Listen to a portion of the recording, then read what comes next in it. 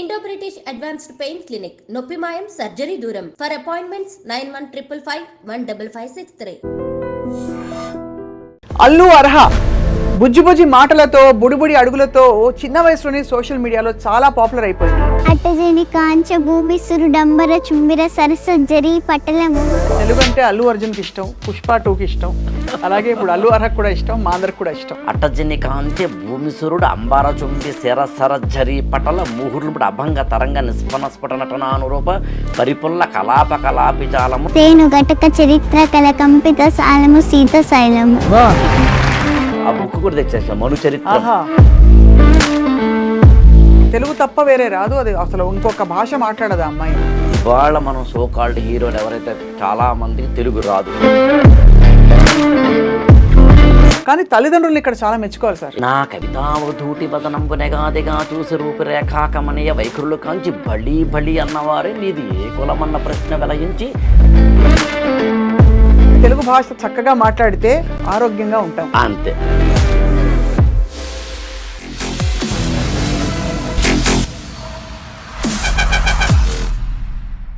Hello and welcome to this candid conversation. Allu Arha బుజ్జి బుజ్జి మాటలతో బుడిబుడి అడుగులతో చిన్న వయసులోనే సోషల్ మీడియాలో చాలా పాపులర్ అయిపోయింది. ఈ మధ్యకాలంలో నందమూరి బాలకృష్ణ గారి అన్స్టాపబుల్ షో సాక్షిగా తను చెప్పిన తెలుగు పద్యం అందరినీ తీవ్రంగా అసలు అలరించడమే కాకుండా వాళ్ళ పిల్లలకి తెలుగు నేర్పించట్లేదనే ఒక చిన్న భావన కూడా కలిగించింది చాలామంది తల్లిదండ్రులకి. ఇవాళ మనం ఈ తెలుగు పద్యం అల్లు అర్హ పెంపకంలో తెలుగుతనం గురించి కూడా మాట్లాడదాం. వీ హ్యావ్ విత్ అస్ ఐఏఎస్కి సార్ అనే మనందరూ చెప్పుకునే కోచ్ అండ్ అలాగే అనేక అంశాలపై ఒక వక్తగా మోటివేషనల్ స్పీకర్గా మనకి సుపరిచితులు ఆకేళ్ల రాఘవేంద్ర గారు. నమస్కారం సార్. నమస్తే అండి. రైట్, తెలుగు అంటే మీకు ఇష్టం, తెలుగు అంటే అల్లు అర్జున్కి ఇష్టం, పుష్ప 2కి ఇష్టం, అలాగే ఇప్పుడు అల్లు అర్హకు కూడా ఇష్టం, మా అందరికి కూడా ఇష్టం. ఏమంటారు సార్, చూసారా ఆ సన్నివేశం? చూశానండి. యాక్చువల్గా తెలుగు సాహిత్యంలోనే అతి గొప్ప పద్యాల్లో గొప్ప పద్యం ఆ అమ్మాయి. మరి ఆ అమ్మాయి ఏజ్ ఎంత ఉంటుందో, మరి 5-6 ఏళ్ళు ఉంటుందా, మరి మీరే చెప్పాలి. కొంచెం అటుగా ఉన్నా 7-8 ఉన్నా కూడా ఆ చిన్న వయసులో ఇక్కడ ఏంటంటే ఒక 3-4 యాంగిల్స్ ఉంటాయి ఇందులో. ఒకటి ఏంటంటే చాలా మిడిల్ క్లాసుల్లోనే తెలుగుని మర్చిపోయే ఒకనొక జనరేషన్కి వచ్చాం మనం. I repeat that word, middle క్లాస్లోనే, మధ్యతరగతి జీవుల్లోనే చాలామంది సినిమా హీరోలకి ఇవాళ మనం సోకాల్డ్ హీరోలు ఎవరైతే చాలామందికి తెలుగు రాదు. అవును, రాదు అనే విషయాన్ని, లేదా పాత తరాల్లో ఇవాళకి ఉన్న కొంతమంది హీరోయిన్లకి నేను మాట్లాడుతుంది, తెలుగు నేలలో పుట్టి తెలుగు సినిమాలు చేసేవారు. అవును, ప్రత్యక్షంగా నేను ఏదైనా తెలుగులో రాసితే కనుక నాకు తెలుగు చదవడం రాదండి, కాస్త మీరు చదివి వినిపిస్తారా అన్న వాళ్ళని కూడా చూశాను నేను. అవును, తెలుగు పుస్తకాలు ఏమైనా వాళ్ళకి ఇద్దామా అంటే కనుక సార్ తెలుగు చదవడం రాదు కదా నాకు అన్న వాళ్ళని చూసాం. వాళ్ళని డీగ్రేడ్ చేయడం మన ఉద్దేశం కాదు. అంతే అంతే అంతే. కానీ తెలుగు వాళ్ళయ్యుండి తెలుగు పదాలని, తెలుగు భాషని, తెలుగు సాహిత్యాన్ని, తెలుగు సినిమా పాటల్లోంచైనా కనీసం సాహిత్యాన్ని నేర్చుకోవచ్చు. మీకు బృందావనమది అందరిది గోవిందుడు అందరి వాడే అనే పాటలో నేను పాడితే బాగుండదు, కానీ పైగా మిమ్మల్ని ముందెట్టుకుని అందులో ఉల్లము జల్లున పొంగేనటే అనే పదం వస్తుంది. ఉల్లము అంటే మనసు అని అర్థం. అంటే ఒక తెలుగు సినిమా పాటని కనుక మనం జాగ్రత్తగా వింటే, అది ఇవాళవైనా సరే, లేటెస్ట్ పాటలైనా సరే, అందులోంచి ఏదో కొత్త తెలుగు అర్థాన్ని నేర్చుకోవచ్చు. అవును, అలాంటిది ఒక బుజ్జి పాప ఇందాక మీరు ఇంట్రడక్షన్ చెప్పినట్టుగా అందులో ఒక సెలబ్రిటీ పిల్లలు కనుక, సెలబ్రిటీల ఇళ్లల్లోంచి కనుక తెలుగు భాషను, సాహిత్యాన్ని కనుక నేర్చుకుంటే అది రోల్ మోడల్ అవుతుంది. అది ఇంకొక కుటుంబంలోనూ, ఇంకొక చోటనో, ఇంకొక స్కూళ్ళల్లోనూ తెలుగుకు సంబంధించి వెళ్తుంది. యాక్చువల్గా ఆమె పాడిన ఆ పద్యం అట్టజని కాంచె భూమిసురుడు అంబార చుంబి శరసరజ్జరి పటల ముహుర్లుపుడు అభంగ తరంగ నిస్పన స్ఫుట నటనానురూప పరిపుల్ల కలాప కలాపి జాలమున్ కట్టక చరత్కరేణు కరకంపిత సాలము సీతశైలమున్ అనేది. అది యాక్చువల్గా సరదాగా ఆ బుక్ కూడా తెచ్చేసాం, మను చరిత్ర. తెలుగు సాహిత్యంలో అత్యంత గొప్ప మహిమాన్వితమైన ప్రబంధం అనే ప్రక్రియను అందించిన అల్లసాని పెద్దననే ఆంధ్ర కవితాపితామహుడు ఆయన రాసిన వరూధిని ప్రవరాఖ్యుల ఘట్టంలో ఈ మను చరిత్రలో 2వ ఆశ్వాసంలో మొదటి పద్యాల్లో వస్తుంది. ఆ పద్యం వివరణ అనేదే పెద్ద ఉపన్యాసం అవుతుంది యాక్చువల్గా. అందుకని తెలుగు పద్యాలు, తెలుగు భాష, తెలుగు సాహిత్యము పైనుంచి కింద దాకా, కింద నుంచి పై దాకా, ఇళ్లల్లోనూ స్కూళ్ళల్లోనూ మనసు గోళ్లల్లోనూ అంతే ఉండాలి. అలాంటిది మీరు అన్నట్టుగా అది పదాలు పలకడమే కష్టంగా ఉన్న ఆ వయస్సులో నిజానికి మనకి శాకుంతలం సినిమా షూటింగ్ అప్పుడు ఈ బుజ్జితల్లి నటించిన సన్నివేశాలు ఉన్నాయి కదా, అందులో అప్పుడు చెప్పారు, షూటింగ్ సభ్యులందరూ చెప్పారు, అసలు ఇంత తెలుగు తప్ప వేరే రాదు, అది అసలు ఇంకొక భాష మాట్లాడదు ఆ అమ్మాయి అని. అది ఖచ్చితంగా పెంపకంలో గ్రేట్, నిజంగా గ్రేట్. అది ఇంకోటి ఏంటనండి, మామూలుగా ఒక సెలబ్రిటీల ఇళ్ళు వాళ్ళ యొక్క ఆలోచనలు, అలవాట్లు, ప్రవర్తనలు మన సమాజంలోని ఒక సెట్ ఆఫ్ పీపుల్ని ఇన్ఫ్లుయెన్స్ చేస్తాం. అవును, ఇన్ఫ్లుయెన్స్ ఇప్పుడు కూడా 2 రకాలుగా ఉంటుందండి సైకాలజీ ప్రకారం చూస్తే. ఒకటి ఏంటంటే అన్ఆర్గనైజ్డ్ బిహేవియర్ ఇన్ఫ్లుయెన్స్. అంటే అన్ఆర్గనైజ్డ్ బిహేవియర్ అర్థం ఏంటంటే, ఒక హీరో కనుక ఇలాగ రెక్లెస్గా నడుచుకుంటూ వెళ్తున్నాడు అనుకోండి ఏదైనా సభలో, అది ఇన్ఫ్లుయెన్స్ అవుతుంది. జుట్టుని కనుక ఏదో చిందరవందరగా పెట్టుకుని, గడ్డని చిందరవందర పెట్టుకుని, ఫ్యాంట్ సగం చింపేసుకుని, సగం ఫ్యాంట్ ఏమో పైకి సగం ఫ్యాంట్ కిందకి, ఇట్లా అన్ఆర్గనైజ్డ్ బిహేవియర్ ఉన్నప్పుడేమో ఇన్ఫ్లుయెన్స్ ఉంటుంది. అవును, అలా కాకుండా ఆర్గనైజ్డ్ బిహేవియర్ ఇన్ఫ్లుయెన్స్ ఉంటుంది. అంటే ఎవరైనా ఒక హీరో కనుక ఒక బ్లడ్ బ్యాంక్ పెట్టో, ఐ బ్యాంక్ పెట్టో, లేకపోతే కనుక ఏదైనా ఒక అనాథాశ్రమానికి వెళ్ళో, వృద్ధాశ్రమానికి వెళ్ళో, లేదా ఇప్పుడు మనం మాట్లాడుతున్నట్టుగా ఒక హీరో యొక్క ఇంట్లో ఉన్న బుజ్జి పాపకి తెలుగు భాషను నేర్పితే అది ఎక్కడో శ్రీకాకుళంలోనూ, శ్రీశైలంలోనూ, లేకపోతే కనుక కరీంనగర్లోనూ, కాకినాడలో ఉన్న ఒక కుటుంబంలోకి ఇన్ఫ్లుయెన్స్ అవుతుంది. అవును, మీరు నేను చెప్పిన ఒక పద్యం కన్నా కరెక్ట్. మనం తెలుగు పద్యాలు ఎన్నైనా మృగమద సౌరభ విభవ ద్విగుణిత ఘనసార సాంద్ర వీటి గంధస్థగిత పరిమళమై మగువ పొలుపు తెలుపు నొక్క మారుతం వలసని చెప్పి ఇదే కవి ఇందులో రాస్తాడు యాక్చువల్గా. ఇలా మనం 100 పద్యాలు చెప్పొచ్చు. ఇన్ని 100 పద్యాలు మనం చెప్పినా ఇన్ఫ్లుయెన్స్ అనేది తక్కువ ఉంటుంది. అవును, ఉండదని కాదు. అదే అందుకంటే ఈ వేదిక ద్వారా మనం ఏం చెప్పచ్చు అంటే, సినిమా హీరోలు కావచ్చు, ఇన్ఫ్లుయెన్సర్స్ కావచ్చు, ఎవరినైతే మనం సమాజంలో అంటున్నామో వాళ్ళు అప్పుడప్పుడు వీలైతే తమ కుటుంబాల ద్వారానో, తమ ద్వారానో, మరో ద్వారానో కనుక ఇక్కడ తెలుగు భాషనే కాదు, ఏదో ఒక ఆర్గనైజ్డ్ బిహేవియర్ ప్యాటర్న్కి సంబంధించిన ఇన్ఫ్లుయెన్స్ ఇస్తే కనుక టాల్కట్ పర్సన్స్ లాంటి సోషల్ చెప్తారన్నమాట. అంటే ఏంటి, సమాజానికి ఎలాంటి ఇవ్వాలి అని. అవును, మార్గరెట్ మీడ్ లాంటి వాళ్ళు, రూత్ బెనిడిక్ట్ అని ఒక ఆవిడ ఉంటారు ఆంథ్రోపాలజీలో, ఆవిడ క్రిసాంతిమం అండ్ ద స్వాడ్ అని బుక్ రాస్తారు యాక్చువల్గా. అంటే చిన్న పిల్లల్ని పెంచే క్రమంలో జపనీస్ వాళ్ళు ఎలా పెంచుతారు, అమెరికన్స్ ఎలా పెంచుతారు అని, అలా ఇండియన్స్ ఎలా పెంచుతారని కూడా మనకు చాలా పుస్తకాలు ఉన్నాయి యాక్చువల్గా. సో ఇవన్నీ ఆ కోణంలో వస్తాయి. మీరు అన్నట్టు ఇక్కడ అంటే ఒక స్టార్ కిడ్ అని ఒక పెద్ద స్టార్ కూతురు చేయడం వల్ల, ఈ పద్యం చెప్పడం వల్ల ఇటువంటివి అందరికీ చాలా ఒక స్ఫూర్తిగా నిలుస్తాయి. కానీ తల్లిదండ్రులను ఇక్కడ చాలా మెచ్చుకోవాలి సార్. ఎగ్జాక్ట్లీ. ఎందుకంటే మనకి ఇప్పుడు మీరు అన్నట్టు సెలబ్రిటీల ఇళ్లల్లో తెలుగు మాట్లాడరని కాదు, కానీ కొంచెం ఇంత తెలుగు మాట్లాడడం అరుదు. అవును, అవును. అంటే ఒక భాషకి పోషణ ఉంటే గానీ ఇంత తెలుగు రాదు. అవును, ఎగ్జాక్ట్. సో డెఫినెట్గా ఏంటండి, ఒక కాల్చిన ఇనుము మీద కనుక నీటి చుక్క పడితే పెనం మీద ఆ నీటి బిందు ఆవిరైపోతుంది. అదే నీటి బిందువు తామరాకు మీద పెడితేనేమో ముత్యంలా ప్రకాశిస్తుంది. అదే నీటి బిందువుని తీసుకెళ్ళి ముత్యపు చెప్పలో కనుక వేస్తే ముత్యమే అవుతుంది. సో అదే నీటి బిందువు ఏ రూపాన్ని సంతరించుకుంటుంది అనేది వాతావరణాన్ని బట్టి ఉంటుంది. అందులో ఇంటి వాతావరణంలో కనుక తెలుగు భాష, తెలుగు సాహిత్యము, తెలుగు సౌరభాలు ఉంటే ఆటోమేటిక్గా పిల్లలకు కూడా అది అందుతుంది. ఆబ్వియస్గా జరిగేది. ఈ విషయంలో ఖచ్చితంగా స్పెసిఫిక్గా అల్లు అర్జున్ గారు వాళ్ళ కుటుంబాన్ని మనం అంటే ఎప్రిషియేట్ అని ఇంగ్లీష్లోను, ప్రశంసించక తప్పదు అని సంస్కృతంలోను, అభినందించక తప్పదు అనేది తత్సమంలోనూ అనక తప్పదు. అదే ఇంకా పుష్ప భాషలో తగ్గేదేలే తప్పదు. ఈ యాక్చువల్గా ఏంటంటేనండి, ఈ సినిమాలకు సంబంధించింది ఏంటంటే, సినిమా అనేది జనరంజక మాధ్యమం. జనరంజక మాధ్యమం అంటే అర్థం ఏంటంటే, సామాన్య జనాన్ని రంజింపచేయాలి. సామాన్య జనాన్ని రంజింపచేసే క్రమంలో భాగంగా ఎప్పుడూ కూడా ఒక చిన్న ఎమోషనల్ కనెక్టివిటీ కోసం చేసే చిన్న ఉంటాయి. అది ఈవెన్ భాషా సాహిత్యాల్లోనూ కూడా ఉంటాయండి. ఇప్పుడు సారమతిం కవీంద్రులు ప్రసన్న కథా కలితార్థయుక్తిలో నారసి మేలున ఇతరులు అక్షర రమ్యతనాదరింప నానా రుచిరార్థ సూక్తినిది నన్నయభట్టు తెనుంగునన్ మహాభారత సంహిత రచన బంధురుడయ్య జగతిదము అని అంటాడు. నా భాష, నా సాహిత్యం, నా మహాభారతం 3 కోణాల్లో చూడండి అంటాడు.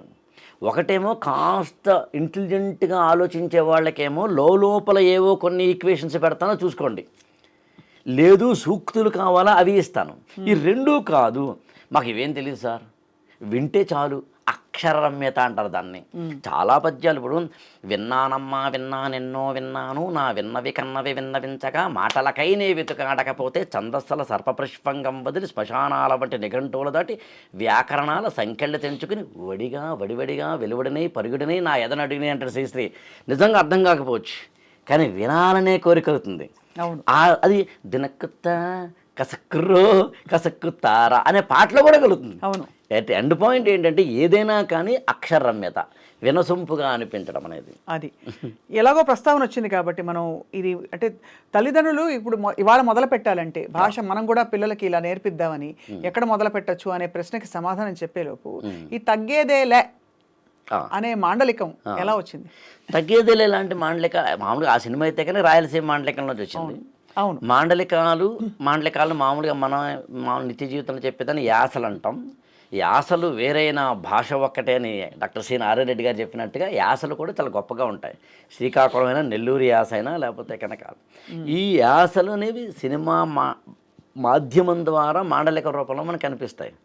ఆ సినిమాని క్రియేట్ చేసేటప్పుడు సుకుమార్ గారు ఇంకొకరు వాళ్ళు ఆ క్యారెక్టరైజేషన్ బట్టి సామాన్య జనం కూర్చుని ఉన్నప్పుడు వాళ్ళు కనెక్ట్ అయ్యేందుకు అందులో ఒక చిన్న రసరమ్యతని ఏర్పరుస్తూ ఉంటాం. అవును, అది ఊతపదం అయిపోయింది, ఊతపదం అయిపోతుంది.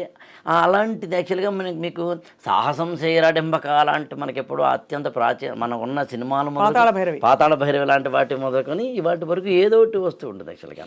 అవును. సో ఏదో సినిమా అలా ఈవెన్ ఆ మాటకు వస్తే రఫాడిస్తా ఈవెన్ సాహిత్యంలో కూడా ఉంటాయండి అలాగా. అచట పుట్టిన చిగురు కొమ్మైన చేవ అంటాడు యాక్చువల్గా మా అల్లసాని పెద్దన.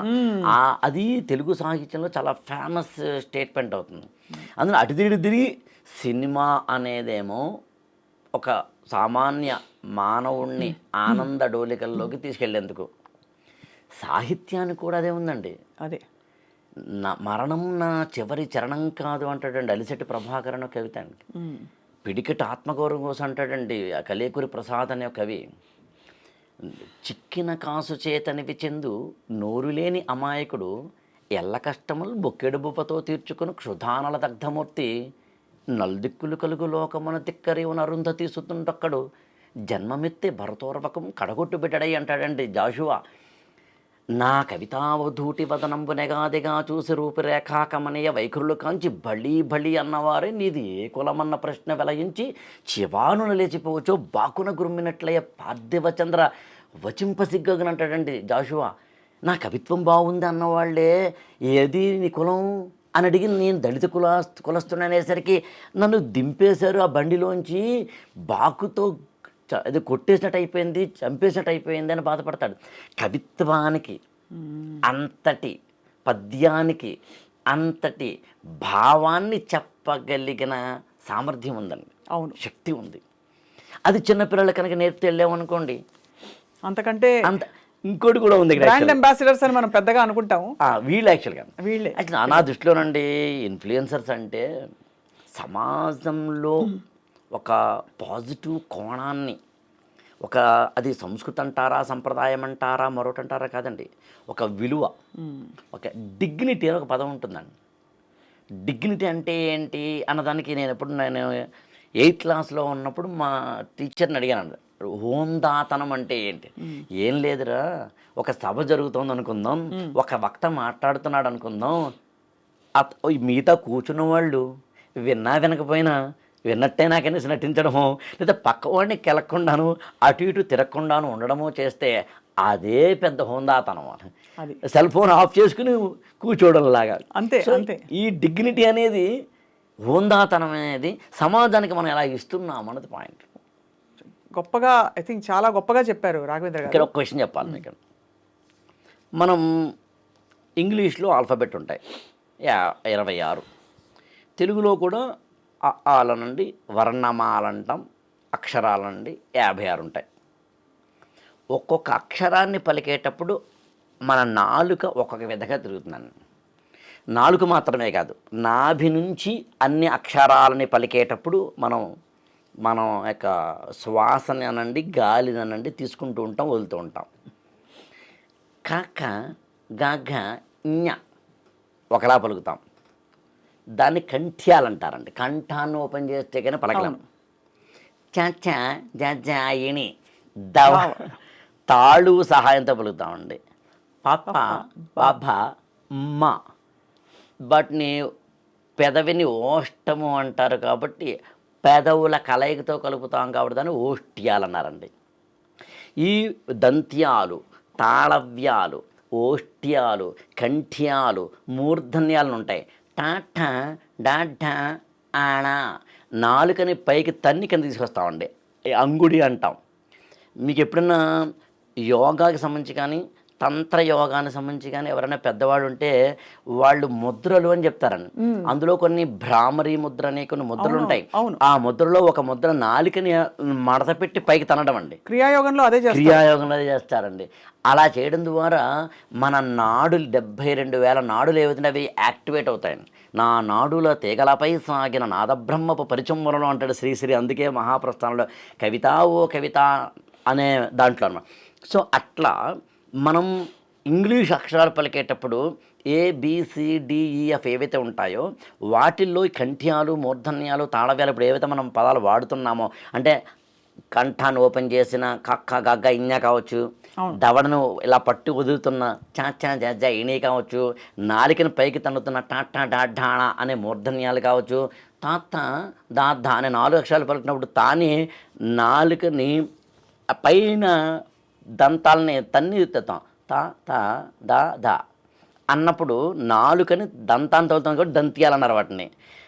నకారం పలికేటప్పుడు నాన్న నాన్న అని పలికేటప్పుడు నాలుకని దంత మూలాన్ని తగులుతాం. దంతాన్ని కాకుండా దంత నా తాత దాదా నాను మూలాన్ని పలుకుతున్నాం కాబట్టి దాన్ని దంతమూలియం అన్నారు.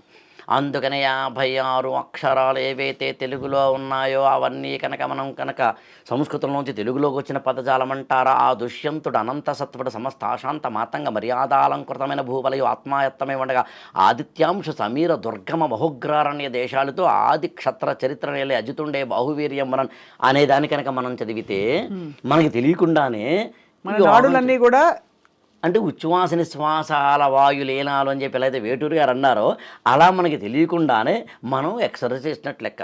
అంటే సింపుల్గా చెప్పాలంటే తెలుగు భాష చక్కగా మాట్లాడితే ఆరోగ్యంగా ఉంటాం. అంతే అంతే. ఇంక సింపుల్గా చెప్పాలి అంటే మా కథం తొక్కే తురంగాలో, మదం పట్టిన మాతంగాలో, విషం కక్కే భుజంగాలో, కవిని పాటల వలయ విచల విహంగాలో, విలయసాగర తురంగాలో, యుద్ధగుంజన్ మృదంగాలో, కవిని పాటలు అని చెప్పి శ్రీశ్రీ చివరిలో ఏమంటే నీ గణన్మంగళ కళకాహళహళాహళిలో కరిగిపోతున్నాయి, కలిసిపోతున్నాయి, కనరాకనే కదిలిపోతున్నాయి అంటాడు.